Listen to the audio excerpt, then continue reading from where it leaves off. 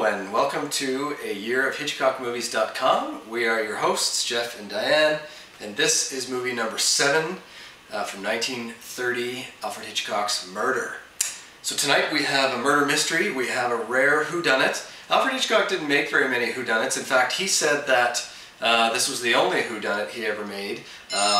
Although that's debatable. You know, we've talked about this, and we'll see that as we go on. He preferred suspense over, you know, a puzzling intellectual movie. We'll talk more about that in the post-movie comments about suspense versus surprise. It's very interesting.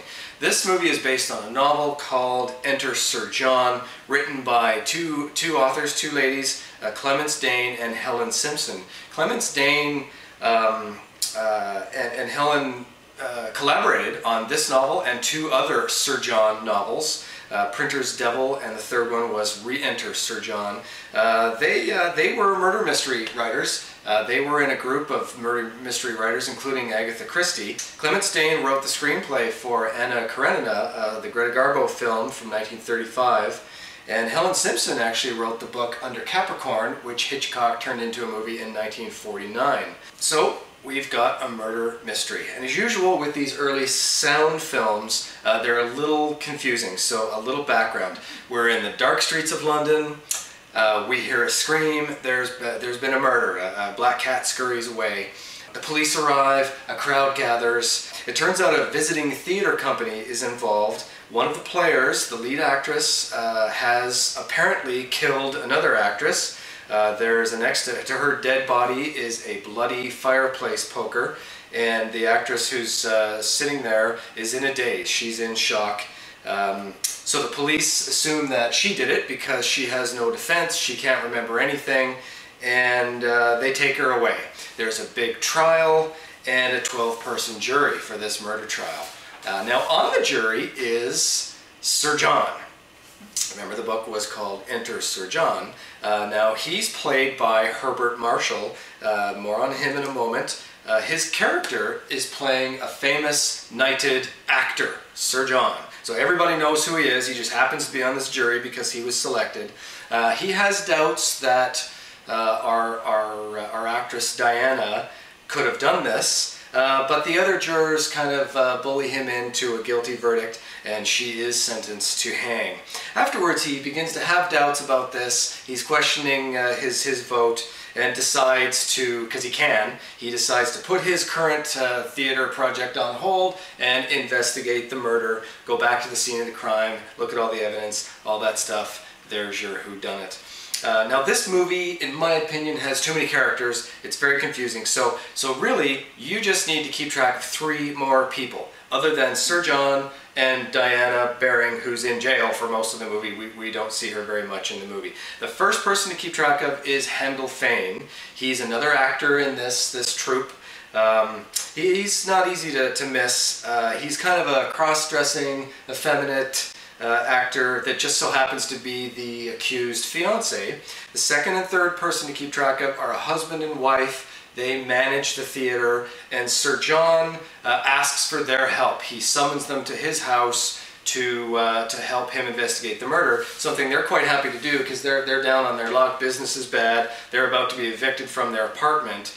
They've got nothing better to do, so this plan to go help Sir John, it works for them. The wife is played by Phyllis Constam, and what's neat about her is she was in Blackmail. She was the lady who was saying knife, knife, knife in that excellent scene. She's pretty much the only blonde in this movie. She's easy to spot too because she has a strong London accent, a strong Cockney accent. So back to Herbert Marshall. He's a heck of a guy, the fellow who plays Sir John. He lost a leg in World War I when he was serving with the London Scottish Regiment. Other notable people serving in World War I in the London Scottish Regiment were Basil Rathbone, who played Sherlock Holmes in all those great movies, and Claude Rains, who's famous for his role as Louis in Casablanca, and we'll see him later in Hitchcock's Notorious. He was the excellent bad guy in that movie. So Herbert Marshall had a great acting career. He was a great leading man opposite such actresses as Greta Garbo, Marlene Dietrich, and Bette Davis. We will all see him again in Hitchcock's 1940 Foreign Correspondent. an excellent movie. This was Herbert Marshall's first speaking role, and speak he does. This being an early sound film for Hitchcock, when they were in way over their heads when it comes to dialogue. Remember with Blackmail, most of it was silent. There was only 13 pages of dialogue and 13 minutes of dialogue. Well, this whole thing, even though based on a play, needed a whole movie of dialogue, and it simply wasn't ready by the time they were to begin filming. So Hitchcock had no choice but to allow some of these actors to improvise their own lines on the spot. And boy, this is something that he never did again. But that is to say, he never let actors improvise anything ever again. There's a lot of dialogue in this movie that's really hard to hear. There's a lot of mumbling going on. And this is why I wish there would be subtitles with this. Probably when the picture is refurbished, maybe we'll get some of that. But suffice to say that if you can't hear what they're saying and you don't know what they're saying, it doesn't matter. It's not important.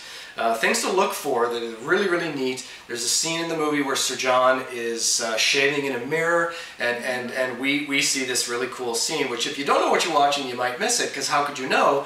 He's sitting there thinking to himself, and you're hearing his inner thoughts, and while he's listening to the radio.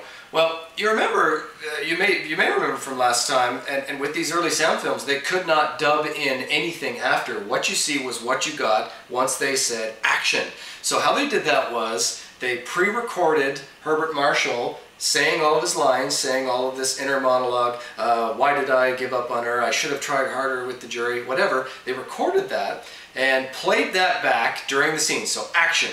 Played a recording of him speaking. He's looking at himself in the mirror, and the music in the background was actually off, behind a screen was a 30-piece orchestra playing all at the same time. Pretty cool, pretty innovative for pictures at the time. Hitchcock said something like, this is nothing new, Shakespearean plays have been doing this for years, but interesting for us for this movie and the time as it was. So now, last piece of background. There is a cameo in this one to look for. I don't want to give it away. It's hard to spot, but I don't want to give it away. We don't want to give it away. So when we're done talking, we'll just say, okay, enjoy the movie, and then we'll just tell you where it is in writing after that. So if you don't want to know, once we're finished talking, just stop this video. The term half-caste is used, and if you don't know what that means, it's kind of an outdated British term for someone of mixed race. Be it they've got some black blood in them or some East Indian blood, potentially they're illegitimate as well. It's not a very nice thing to say about someone, and it's not a very nice thing to be in proper British society back then, back in 1930. So, you know, 1930, a year where Sean Connery and Tippi Hedren were both born. They starred together in a Hitchcock movie Marnie in 1964. Also born in 1930, Steve McQueen and Clint Eastwood. So, a whodunit from 1930, Alfred Hitchcock's Murder.